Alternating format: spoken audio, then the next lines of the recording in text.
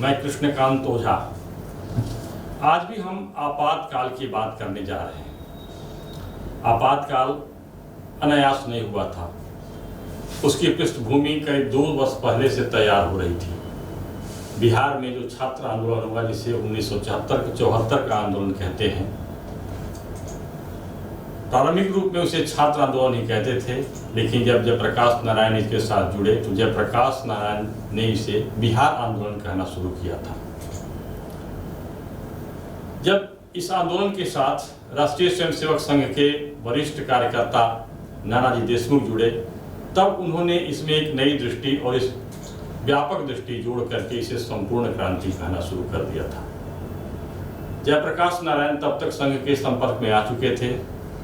संघ की कार्यशैली को जान चुके थे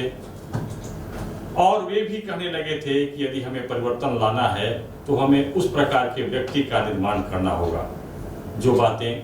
संघ 1925 से करते आ रहा है कि यदि हमें परिवर्तन लाना है तो व्यक्ति निर्माण का कार्य करना होगा। और यह काम स्नेह स्नेह धीरे धीरे और अनवरत रोज रोज करना पड़ेगा, तब जाकर के होगा। शारीरिक रूप से, बौद्धिक रूप से, मानसिक रूप से मजबूत मानव का निर्माण करना होगा, चरित्र बल से युक्त मानव का निर्माण करना होगा और उसी के बल पर हम भारत का में परिवर्तन ला सकेंगे। तो जो 74 का जो आंदोलन था, जिसे प्रारंभ में छात्र आंदोलन, केवल छात्र आंदोलन कहा जा रहा था, 2 कदम आगे बढ़कर के उसको और व्यापक बनाने का प्रयास करते हुए जयप्रकाश नारायण ने उसे बिहार आंदोलन कहा और नानाजी देशमुख ने जब उसे कह दिया कि संपूर्ण क्रांति का आंदोलन है, संपूर्ण परिवर्तन की बात कह दी, व्यवस्था परिवर्तन की बात उससे साथ जुड़ गई, तो उसके लिए मॉडल और इस पूरे जो संपूर्ण क्रांति को प्राप्त करने का, परिवर्तन करने का जो जरिया था, जो माध्यम था, उस पर भी विचार किया जाने लगा। आंदोलन चल रहे थे, इसी दरमियान विमर्श भी हो रहे थे। जयप्रकाश नारायण के संपर्क में थे गोविंदाचार्य, जो बड़े विचारक हैं, राम बहादुर राय, नानाजी देशमुख उनके करीब में थे, और जेपी का जो सुखदेवरा आश्रम था, जहां वे प्रयोग कर रहे थे कि समाज में परिवर्तन लाने के लिए व्यक्ति निर्माण का कार्य कैसे हो, वहां कार्यकर्ताओं को रखना, ग्रामीण क्षेत्र में भेजना और ग्रामीण क्षेत्र की समस्याओं को समझने वाले कार्यकर्ता का निर्माण करना, और इसके बल पर संपूर्ण क्रांति का जो सपना जेपी ने देखा था, वह आपातकाल के दरमियान ठहर गया था। उनका जो प्रयास जो चल रहा था सामाजिक परिवर्तन का, और सामाजिक परिवर्तन के बल के माध्यम से राजनीतिक परिवर्तन का, व्यवस्था परिवर्तन का, वह आपातकाल के दौरान ठहर गया था। और सबसे दुर्भाग्य की बात यह है कि जेपी के जो राजनीतिक उत्तराधिकारी थे, उनमें जेपी के उस सोच, उस दृष्टि का अभाव था, बल्कि वो समझने में उसके समर्थ ही नहीं थे। बाद के समय में जब सत्ता परिवर्तन हो जाता है दिल्ली में, और दिल्ली में जो सत्ता में जो लोग बैठते हैं, उनके अराजक व्यवहार के कारण फिर से बहुत कम समय में, अल्प समय में, बीच मध्य में ही सरकार गिर जाती है और फिर से कांग्रेस पार्टी की सरकार आ जाती है। वही कांग्रेस पार्टी की जिसने देश में आपातकाल लगाया था। तब जेपी बहुत आहत होते हैं और वो कहते हैं कि जो हमने काम शुरू किया था व्यवस्था परिवर्तन के लिए, मानव निर्माण का, एक मॉडल देने का, कि हम कैसे समाज में जो विषमताएं हैं उसको कैसे दूर कर सकते हैं, जो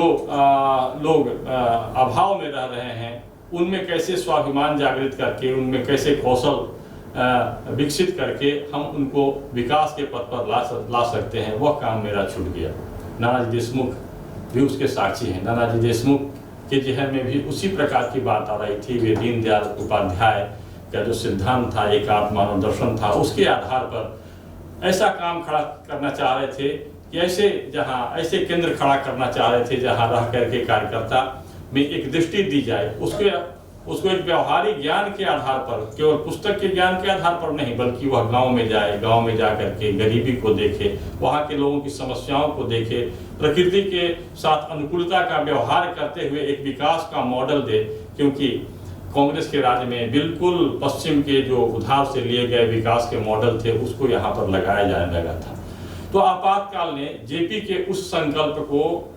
जेपी के उस अनुष्ठान को बीच में ही रोक दिया था जो वे गांधी के मार्ग पर चल करके, जैसे गांधी क्या करते थे, गांधी राजनीति में कार्यकर्ताओं को सीधे भेजने के पक्षधर नहीं थे। उनका कहना था कि जो हमारे आश्रम हैं, बहुत सारे आश्रमों का स्थापना किया, यहाँ चंपारण में भी आश्रम की स्थापित की, हरवा आश्रम की स्थापना की, तो वहाँ क्या होता था, वहाँ कार्यकर्ता रहते थे और ग्रामीण क्षेत्र में जाते थे, गांव की समस्याओं को देखते थे और गांव की समस्याओं को देखते देखते उनके अंदर में एक मानसिकता का निर्माण होता था जिसके बल पर वो समझ पाते थे। केवल पुस्तकीय ज्ञान से केवल अधिकारी जो होता है यूपीएससी की परीक्षा पास कर दिया, विषयों का क्या पर आधारित जो परीक्षा दे दिया और देने के बाद में वो आईएएस अधिकारी बन करके आता है, उसके पास ऐसी दृष्टि हो ही नहीं सकती है। इस प्रकार की समझ रखने वाले जो जेपी थे, उनको एक दृष्टि देने के लिए हमको गांव में रह करके 4 साल 5 साल के बाद में ऐसे कार्यकर्ता का निर्माण किया जाए और तब उन्हें राजनीति में भेजा जाए ताकि वो चरित्र बल से भी मजबूत हों। और यह काम, यह जो सपना जो उन्होंने देखा था, वह बड़ी आहत हुआ। जेपी के जो शिष्य थे, कहते हैं अपने आप को कि जेपी का मैं प्रधान शिष्य था, लालू प्रसाद यादव जी कहते हैं। तो लालू प्रसाद यादव के सामने भी उस समय के जेपी के बिल्कुल करीबी रहे त्रिपुरारी शरण जी ने एक प्रस्ताव रखा था कि लालू जी आप अपनी सरकार के जो कैबिनेट हैं उनको सुखदेवरा आश्रम लाइए और कैबिनेट की बैठक वहां हो ताकि वहां के जो वातावरण है, वहां जो चल रहे हैं काम, उसकी एक दृष्टि हो, उसकी एक चर्चा हो। और इस प्रकार से जेपी का जो अधूरा जो कार्य है, जो व्यक्ति निर्माण का कार्य, जिनके आधार पर जा करके हम समाज में बदलाव ला सकते हैं, तो वो काम फिर से चल पड़े। लेकिन लालू प्रसाद यादव जी विशुद्ध राजनीति के जो उस प्रकार की राजनीति जो Machiavellian theory, and justify the means, उस प्रकार के सिद्धांत पर चलने वाले कि किसी भी कीमत पर हमें सत्ता में रहना है, तोड़ करके जोड़ करके, और या हो सकता है कि बाहुबल या धन बल, सारे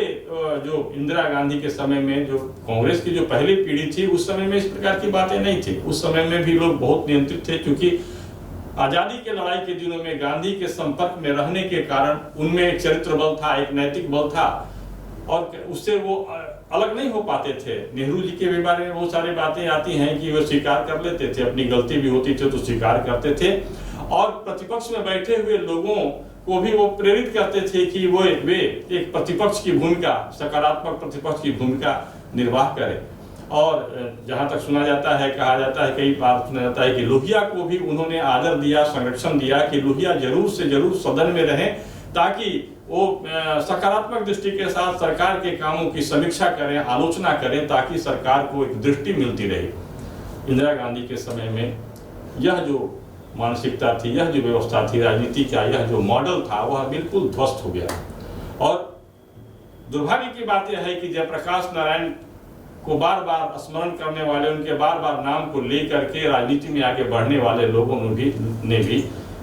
जयप्रकाश नारायण के उस